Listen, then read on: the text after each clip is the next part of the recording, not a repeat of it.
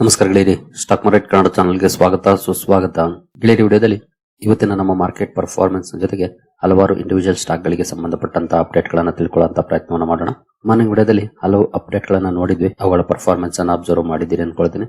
ಇವತ್ತು during the market ಕೂಡ ಕೆಲವು ಅಪ್ಡೇಟ್ ಗಳು ಬಂದಿದ್ದಾವೆ, ಅವುಗಳ ಬಗ್ಗೆ ತಿಳ್ಕೊಳ್ಳೋಣ. ಜೊತೆಗೆ ಇವತ್ತು ನಮ್ಮ ಮಾರ್ಕೆಟ್ ಅಲ್ಲಿ ಒಂದಷ್ಟು ಒಳ್ಳೆಯ ಪರ್ಫಾರ್ಮೆನ್ಸ್ ನೋಡ್ಲಿಕ್ಕೆ ಸಿಕ್ತು, ಅದರ ಹಿಂದಿನ ಕಾರಣಗಳೇನಿರಬಹುದು ಅನ್ನೋದ್ರ ಬಗ್ಗೆ ಕೂಡ ತಿಳ್ಕೊಳ್ಳೋಣ. ಮೊದಲಿಗೆ ಡಿಸ್ಕ್ಲೇಮರ್ ಕೊಡ್ಲಿಕ್ಕೆ ಇಷ್ಟಪಡ್ತೀನಿ. ಇಲ್ಲಿ ಕವರ್ ಮಾಡ್ತಿರುವಂತ ಯಾವುದೇ ಸ್ಟಾಕ್ ಅನ್ನು ಕೂಡ ರೆಕಮೆಂಡ್ ಮಾಡ್ತಿಲ್ಲ. ನೀವು ಫರ್ದರ್ ಸ್ಟಡಿ ಮೆಡಿಟೇಷನ್ ತಗೊಳ್ಬಹುದು. ಆಸ್ ಎಜುಕೇಶನಲ್ ಪರ್ಪಸ್ ನಾನು ವಿಡಿಯೋ ಮುಂದೆ ತರ್ತಾ ಇದ್ದೀನಿ. ಹಾಗೆ ಅಕೌಂಟ್ ಓಪನಿಂಗ್ ಲಿಂಕ್ ಡಿಸ್ಕ್ರಿಪ್ಷನ್ ಅಲ್ಲಿ ಇರುತ್ತೆ, ಇಂಟ್ರೆಸ್ಟ್ ಇರೋರು ಅಕೌಂಟ್ ಓಪನ್ ಮಾಡ್ಕೊಳ್ಬಹುದು. ಹಾಗೆ ಇನ್ವೆಸ್ಟ್ಮೆಂಟ್ ಗೆ ಸಂಬಂಧಪಟ್ಟಂತೆ ನಿಮ್ಗೆ ಏನಾದರೂ ಸಪೋರ್ಟ್ ಬೇಕು ಅಂತಂದ್ರೆ ಇಲ್ಲಿರುವಂತಹ ನಂಬರ್ ಗಳ ಮೂಲಕ ನಮ್ಮನ್ನ ಕಾಂಟ್ಯಾಕ್ಟ್ ಮಾಡಬಹುದು. ನಮ್ಮ ಟೀಮ್ ಇಂದ ಇಲ್ಲಿ ಮೆನ್ಷನ್ ಮಾಡಿರುವಂತಹ ಎಲ್ಲ ಸರ್ವಿಸಸ್ ಸಿಗುತ್ತೆ. ಬಟ್ ಕಂಡೀಷನ್ ಒಂದೇ, ಅಕೌಂಟ್ ನಮ್ಮ ಮೂಲಕ ಓಪನ್ ಆಗಿರಬೇಕು. ಹಾಗಾಗಿ ಅಕೌಂಟ್ ಓಪನ್ ಮಾಡ್ಕೊಳ್ಳಿ, ನಂತರ ಕಾಂಟ್ಯಾಕ್ಟ್ ಮಾಡಿ. ಹಾಗೆ ಅಕೌಂಟ್ ಓಪನ್ ಮಾಡುವಾಗ ಏನಾದರೂ ಸಮಸ್ಯೆಗಳಾದ್ರೆ ಕೂಡ ಸೇಮ್ ನಂಬರ್ಗೆ ಕಾಲ್ ಮಾಡಿ. ಹಾಗೆ ಇವತ್ತು ಮತ್ತೆ ನಾಳೆ ನಮ್ಮ ಟೀಮ್ ಈ ಅಕೌಂಟ್ ಓಪನಿಂಗ್ ಪ್ರೋಸೆಸ್ ಗೆ ಸಂಬಂಧಪಟ್ಟಂತೆ ಕೆಲಸ ಮಾಡ್ತಾ ಇದೆ. ಈಗಾಗಲೇ ಓಪನ್ ಮಾಡಕ್ಕೆ ಟ್ರೈ ಮಾಡಿ ಅರ್ಧದಲ್ಲೇ ನಿಂತಿದ್ರೆ ಅಂತವರು ಕಾಂಟ್ಯಾಕ್ಟ್ ಮಾಡಿ, 10-15 ನಿಮಿಷ ಸಮಯ ಮಾಡ್ಕೊಂಡು ಕಾಂಟ್ಯಾಕ್ಟ್ ಮಾಡಿ, ನಿಮ್ಮ ಅಕೌಂಟ್ ಓಪನಿಂಗ್ ಪ್ರೋಸೆಸ್ ಕಂಪ್ಲೀಟ್ ಆಗುತ್ತೆ.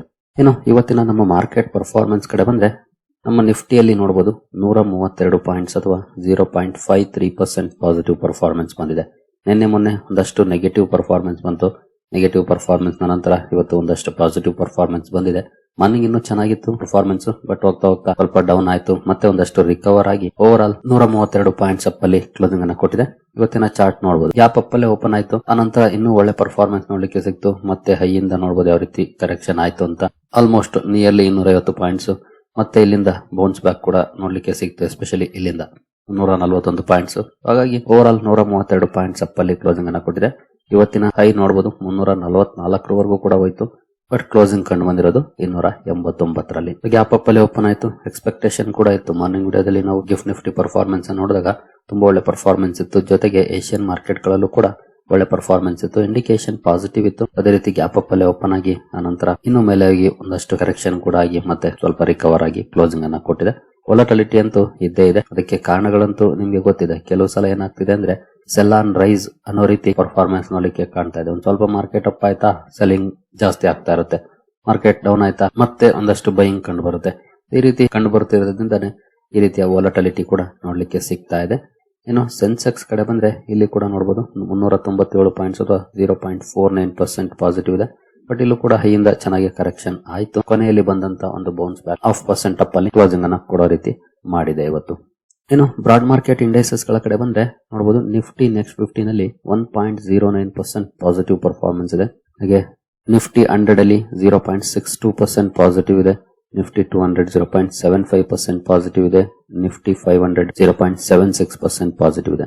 ಅಂದ್ರೆ ಇಲ್ಲಿ 0.5 ಇಂದ 1.09% ವರೆಗೂ ಕೂಡ ಪಾಸಿಟಿವ್ ಪರ್ಫಾರ್ಮೆನ್ಸ್ ಬಂದಿದೆ ನಿಫ್ಟಿ 50 ಇಂದ ನಿಫ್ಟಿ 500 ವರೆಗೂ. ಇನ್ನು ಮಿಡ್ ಕ್ಯಾಪ್ ಕಡೆ ಬಂದ್ರೆ ಮಿಡ್ ಕ್ಯಾಪ್ ಅಲ್ಲಿ ನೋಡಬಹುದು ಮಿಡ್ ಕ್ಯಾಪ್ 50 1.33% ಪಾಸಿಟಿವ್ ಅಲ್ಲಿ ಪರ್ಫಾರ್ಮೆನ್ಸ್ ಅನ್ನ ಮಾಡಿದೆ. ಮಿಡ್ ಕ್ಯಾಪ್ 100 1.34% ಪಾಸಿಟಿವ್ ಇದೆ. ಮಿಡ್ ಕ್ಯಾಪ್ 150 1.22% ಪಾಸಿಟಿವ್ ಇದೆ. ಅಂದ್ರೆ ಇಲ್ಲಿ ಮೋರ್ ದೆನ್ 1% ಪಾಸಿಟಿವ್ ಅಲ್ಲಿ ಪರ್ಫಾರ್ಮೆನ್ಸ್ ನೋಡ್ಲಿಕ್ಕೆ ಸಿಕ್ಕಿದೆ. ನಿನ್ನೆ ಮೊನ್ನೆ ಜಾಸ್ತಿನೇ ಡೌನ್ ಆಗಿದ್ವು, ಬಟ್ ಒಂದಷ್ಟು ರಿಕವರಿ ಆಗಿದೆ. ಇವತ್ತು ಇನ್ನು ಸಾಕಷ್ಟು ರಿಕವರಿ ಆಗಬೇಕಾಗಿದೆ. ಇನ್ನು ಸ್ಮಾಲ್ ಕ್ಯಾಪ್ ಕಡೆ ಬಂದ್ರೆ ಸ್ಮಾಲ್ ಕ್ಯಾಪ್ 50 0.68% ಪಾಸಿಟಿವ್ ಇದೆ. ಸ್ಮಾಲ್ ಕ್ಯಾಪ್ 100 0.76% ಪಾಸಿಟಿವ್ ಇದೆ. ಹಾಗೆ ಸ್ಮಾಲ್ ಕ್ಯಾಪ್ 250 0.9% ಪಾಸಿಟಿವ್ ಅಲ್ಲಿ ಪರ್ಫಾರ್ಮೆನ್ಸ್ ಅನ್ನ ಮಾಡಿದೆ. ಅಂದ್ರೆ ಮಿಡ್ ಕ್ಯಾಪ್ ಲಾರ್ಜ್ ಕ್ಯಾಪ್ ಗೆ ಕಂಪೇರ್ ಮಾಡಿದ್ರೆ ಹಾಗೂ ಸ್ಮಾಲ್ ಕ್ಯಾಪ್ ಗೆ ಕಂಪೇರ್ ಮಾಡಿದ್ರೆ ಮಿಡ್ ಕ್ಯಾಪ್ ಅಲ್ಲಿ ಇವತ್ತು ಒಳ್ಳೆ ಪರ್ಫಾರ್ಮೆನ್ಸ್ ಇದೆ. ಯಾಕಂದ್ರೆ ಮೋರ್ ದೆನ್ 1% ಪಾಸಿಟಿವ್ ಪರ್ಫಾರ್ಮೆನ್ಸ್ ನೋಡ್ಲಿಕ್ಕೆ ಸಿಕ್ಕಿದೆ ಮಿಡ್ ಕ್ಯಾಪ್ ಅಲ್ಲಿ. ಇನ್ನು ಮೈಕ್ರೋ ಕ್ಯಾಪ್ ಕಡೆ ಬಂದ್ರೆ ಮೈಕ್ರೋ ಕ್ಯಾಪ್ ನೋಡಬಹುದು 1.5% ಪಾಸಿಟಿವ್ ಅಲ್ಲಿ ಪರ್ಫಾರ್ಮೆನ್ಸ್ ಅನ್ನ ಮಾಡಿದೆ. ಮೈಕ್ರೋ ಕ್ಯಾಪ್ ಅಲ್ಲೂ ಕೂಡ ಒಳ್ಳೆ ಪರ್ಫಾರ್ಮೆನ್ಸ್ ನೋಡ್ಲಿಕ್ಕೆ ಸಿಕ್ಕಿದೆ ಇವತ್ತು. ಬಹುಶಃ ನಿಮ್ಮೆಲ್ಲರ ಪೋರ್ಟ್ಫೋಲಿಯೋಗಳು ಕೂಡ ಇವತ್ತು ಒಳ್ಳೆ ಪರ್ಫಾರ್ಮೆನ್ಸ್ ಕೊಟ್ಟಿರುವಂತಹ ಸಾಧ್ಯತೆಗಳು ಜಾಸ್ತಿ ಇದೆ. ನನ್ನ ಪೋರ್ಟ್ಫೋಲಿಯೋ ಕೂಡ ಮಾರ್ನಿಂಗ್ ಮೋರ್ ದೆನ್ 2% ಅಪ್ ಆಗಿತ್ತು, ಬಟ್ ಫೈನಲಿ ಕ್ಲೋಸಿಂಗ್ 1.5% ಅಪ್ ಅಲ್ಲಿ ಆಗಿದೆ.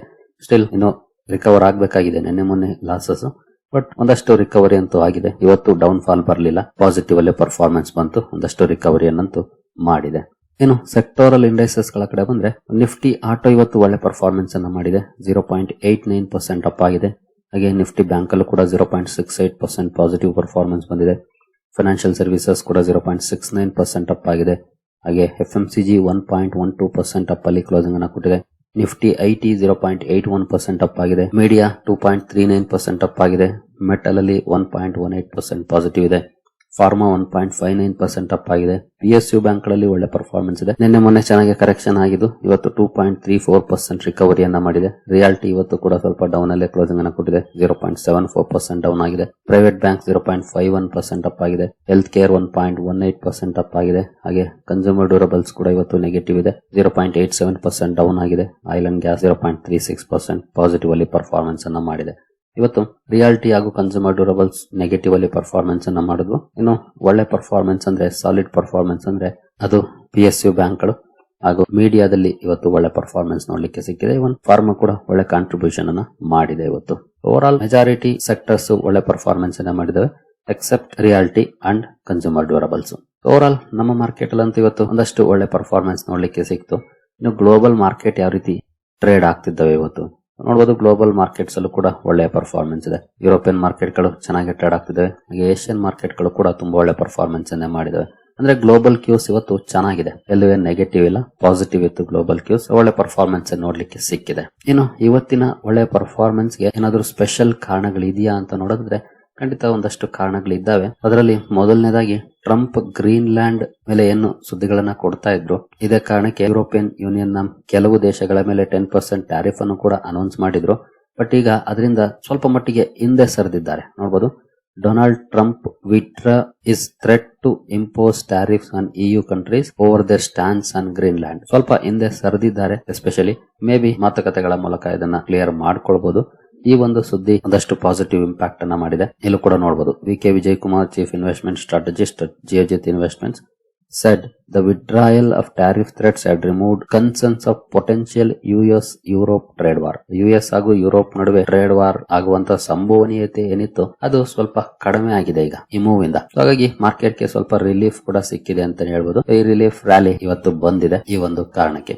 ಇನ್ನು ಎರಡನೇ ಕಾರಣ ಭಾರತ ಹಾಗೂ US ನಡುವಿನ ಟ್ರೇಡ್ ಡೀಲ್ ಓಪ್ಸ್.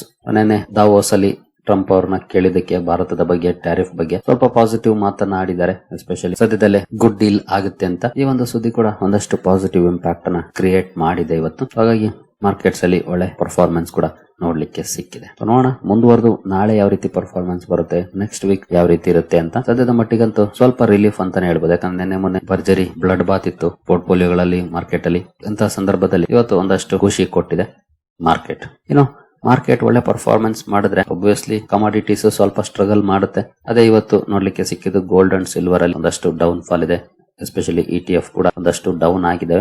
ಇದು ಎಕ್ಸ್ಪೆಕ್ಟೆಡ್, ಅನ್ಎಕ್ಸ್ಪೆಕ್ಟೆಡ್ ಏನಲ್ಲ. ನಾನು ಲಾಸ್ಟ್ 3-4 ಡೇಸ್ ಇಂದ ಕೂಡ ಕಂಟಿನ್ಯೂಸ್ ಗೋಲ್ಡ್ ಅಂಡ್ ಸಿಲ್ವರ್ ನ ಕವರ್ ಮಾಡ್ತಾನೆ ಇದೀನಿ, ಹೇಳ್ತಾನೆ ಇದೀನಿ. ಕರೆಕ್ಷನ್ ಬರ್ಬೋದು, 1%, 2% ಅಲ್ಲ, 10-15% ಕೂಡ ಬರ್ಬೋದು. ಬಟ್ ಅದಕ್ಕೆ ರೆಡಿ ಇರೋರು ಮಾತ್ರ ಹೋಗ್ಬೇಕು ಅಂತ. ಬಟ್ ಈಗಲೂ ಕೂಡ ಸಾಕಷ್ಟು ಕನ್ಸರ್ನ್ಸ್ ಇದೆ ಇಕ್ವಿಟಿ ಮಾರ್ಕೆಟ್ಸ್ ಗೆ. ಟ್ರೇಡ್ ಡೀಲ್ ಆಗಿಲ್ಲ, ಗ್ರೀನ್ಲ್ಯಾಂಡ್ ಬಗೆಗಿನ ಥ್ರೆಟ್ಸ್, ಅನಂತರ US Iran threats, Russia Ukraine ಯುದ್ಧ, ಸೊ ಸಾಕಷ್ಟು ಜಿಯೋಪೊಲಿಟಿಕಲ್ ಇಶ್ಯೂಸ್ ಇದಾವೆ. ಹಾಗಾಗಿ ಮಾರ್ಕೆಟ್ಸ್ ಗೆ ಇದೇನು ಸ್ಮೂತ್ ಮೂವ್ ಅಲ್ಲ. ಹಾಗಾಗಿ ಈಗಲೂ ಕೂಡ ಕಮಾಡಿಟೀಸ್ ಮೇಲೆನೆ ಹೆಚ್ಚು ಒಲವಿರೋದು, ಅಲ್ಲೇ ಒಳ್ಳೆ ಪರ್ಫಾರ್ಮೆನ್ಸ್ ಬರ್ಬೋದು ಅನ್ನೋಂತ ಎಕ್ಸ್ಪೆಕ್ಟೇಷನ್ ಇರೋದು. ಬಟ್ ಅಗ್ರೆಸಿವ್ ಆಗಿ ಮೂವ್ ಆಗಕ್ ಆಗೋದಿಲ್ಲ. ಸ್ಟ್ರಾಟಜಿಕ್ ಅಲೋಕೇಶನ್ ಬೆಸ್ಟ್ ಆಗುತ್ತೆ. ಹಾಗಂತ ಓವರ್ ಕರೆಕ್ಷನ್ ಅನ್ನು ಎಕ್ಸ್ಪೆಕ್ಟ್ ಮಾಡಕ್ ಆಗೋದಿಲ್ಲ ಸದ್ಯದ ಮಟ್ಟಿಗೆ ಕಮಾಡಿಟೀಸ್ ಅಲ್ಲೂ ಕೂಡ. ಇನ್ನು ಇಂಡಿವಿಜುವಲ್ ಸ್ಟಾಕ್ ಗಳ ಕಡೆ ನಾವು ಬರೋದಾದ್ರೆ ಇವತ್ತು ಎಟರ್ನಲ್ ಫೋಕಸ್ ಅಲ್ಲಿ ಇತ್ತು. ಕಾರಣ ನಿಮ್ಗೆ ಗೊತ್ತಿದೆ ಅನ್ಕೊಳ್ತೀನಿ. ಯಾಕಂದ್ರೆ ನೆನ್ನೆ ರಿಸಲ್ಟ್ ಅನೌನ್ಸ್ ಮಾಡಿತ್ತು. ರಿಸಲ್ಟ್ ಅಲ್ಲಿ ಒಳ್ಳೆ ಪರ್ಫಾರ್ಮೆನ್ಸ್ ಇತ್ತು. ಬಟ್ ಕಂಪನಿಯ CEO ದೀಪಿಂದರ್ ಗೋಯಲ್ ಅವರು ರಿಸೈನ್ ಮಾಡಿದ್ರು. ಅದಕ್ಕೆ ಯಾವ ರೀತಿ ರಿಯಾಕ್ಷನ್ ಬರುತ್ತೆ ಅನ್ನುವಂತ ಕುತೂಹಲ ಇತ್ತು. ನೆನ್ನೆ ರಿಸಲ್ಟ್ ಗೆ ಮುಂಚೆನೆ ಮೋರ್ ದನ್ 5% ರ್ಯಾಲಿ ಬಂದಿತ್ತು. ಮಾರ್ಕೆಟ್ ಕಂಡೀಷನ್ಸ್ ಸರಿ ಇಲ್ಲ ಅಂದ್ರೂ ಕೂಡ ಒಳ್ಳೆ ಪರ್ಫಾರ್ಮೆನ್ಸ್ ನೋಡ್ಲಿಕ್ಕೆ ಸಿಕ್ಕಿತ್ತು. ಬಟ್ ಇವತ್ತು 2.5% ಡೌನ್ ಫಾಲ್ ನೋಡ್ಲಿಕ್ಕೆ ಸಿಕ್ಕಿದೆ ಆಫ್ಟರ್ ರಿಸಲ್ಟ್ಸ್ ಅಂಡ್ ದೀಪಿಂದರ್ ಗೋಯಲ್ ಅವರ ರೆಸಿಗ್ನೇಷನ್. ನಂತರ KEI ಇಂಡಸ್ಟ್ರೀಸ್ ನೆನ್ನೆ ರಿಸಲ್ಟ್ ಅನ್ನು ಅನೌನ್ಸ್ ಮಾಡಿತ್ತು. ರಿಸಲ್ಟ್ ಕವರ್ ಮಾಡಿದ್ದೆ ನಾನು. ರಿಸಲ್ಟ್ ಅಲ್ಲಿ ಒಳ್ಳೆ ಪರ್ಫಾರ್ಮೆನ್ಸ್ ಇತ್ತು. ಬಟ್ ಸ್ಟಿಲ್ ಇಲ್ಲೇನು ಪಾಸಿಟಿವ್ ರಿಯಾಕ್ಷನ್ ಇಲ್ಲ. 2% ಗಿಂತ ಜಾಸ್ತಿ ಡೌನ್ ಅಲ್ಲೇ ಕ್ಲೋಸಿಂಗ್ ಕಂಡು ಬಂದಿದೆ. ನಂತರ ಅನಂತರಾಜ್ ಕೂಡ ರಿಸಲ್ಟ್ ಅನ್ನು ಅನೌನ್ಸ್ ಮಾಡಿತ್ತು. ಮಾರ್ನಿಂಗ್ ವಿಡಿಯೋದಲ್ಲಿ ರಿಸಲ್ಟ್ ಅನ್ನು ನೋಡಿದ್ವಿ. ಇಲ್ಲೂ ಒಳ್ಳೆ ಪರ್ಫಾರ್ಮೆನ್ಸ್ ಇತ್ತು. ಜೊತೆಗೆ ಒಳ್ಳೆ ರಿಯಾಕ್ಷನ್ ಕೂಡ ಇದೆ. 2.5% ಗಿಂತ ಜಾಸ್ತಿ ಅಪ್ ಅಲ್ಲಿ ಅನಂತರಾಜ್ ಶೇರ್ ಇವತ್ತು ಕ್ಲೋಸಿಂಗ್ ಅನ್ನು ಕೊಟ್ಟಿದೆ. ನಂತರ CESC company Uttar Pradesh government ನ ಜೊತೆ ಒಪ್ಪಂದವನ್ನ ಮಾಡಿಕೊಂಡಿತ್ತು. ಸೋಲಾರ್ ಸೆಲ್ ಹಾಗೂ ಪ್ಲಾಂಟ್ ಗೆ ಸಂಬಂಧಪಟ್ಟಂತ ಒಪ್ಪಂದ ಇದಾಗಿತ್ತು. ಬಟ್ ಸ್ಟಾಕ್ ಅಲ್ಲಿ ಪಾಸಿಟಿವ್ ರಿಯಾಕ್ಷನ್ ಬರಲಿಲ್ಲ. ಮೋರ್ ದನ್ 1% ಡೌನ್ ಅಲ್ಲಿ ಸ್ಟಾಕ್ ಕ್ಲೋಸಿಂಗ್ ಅನ್ನ ಕೊಟ್ಟಿದೆ.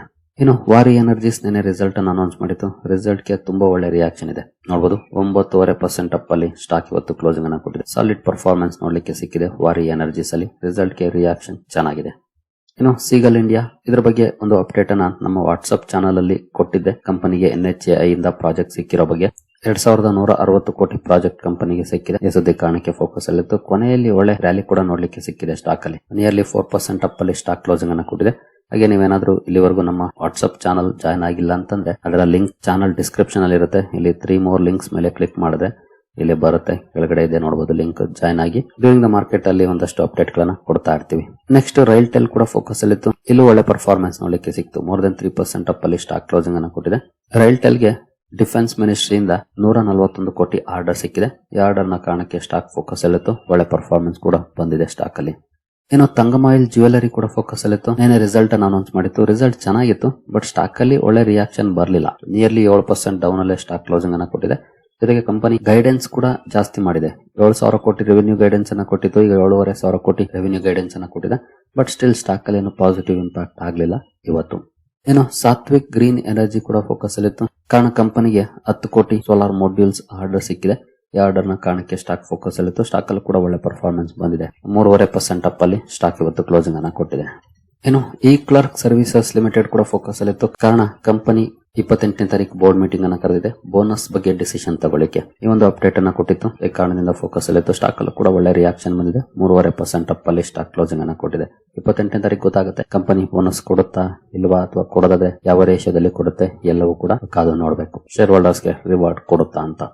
ಸರಿ ಹೇಳಿರಿ, ಈ ಎಲ್ಲ ಅಪ್ಡೇಟ್ಸ್ ನಿಮಗೆ ಇಷ್ಟ ಆಗಿದೆ ಅನ್ಕೊಳ್ತೀನಿ. ಹಾಗೆ ಅಕೌಂಟ್ ಓಪನಿಂಗ್ ಲಿಂಕ್ ಡಿಸ್ಕ್ರಿಪ್ಷನ್ ಇರುತ್ತೆ. ಅಕೌಂಟ್ ಓಪನ್ ಮಾಡಬಹುದು. ಮುಂದಿನ ವಿಡಿಯೋದಲ್ಲಿ ಸಿಗೋಣ. ಅಲ್ಲಿವರೆಗೂ ಜೈ ಹಿಂದ್, ಜೈ ಕರ್ನಾಟಕ.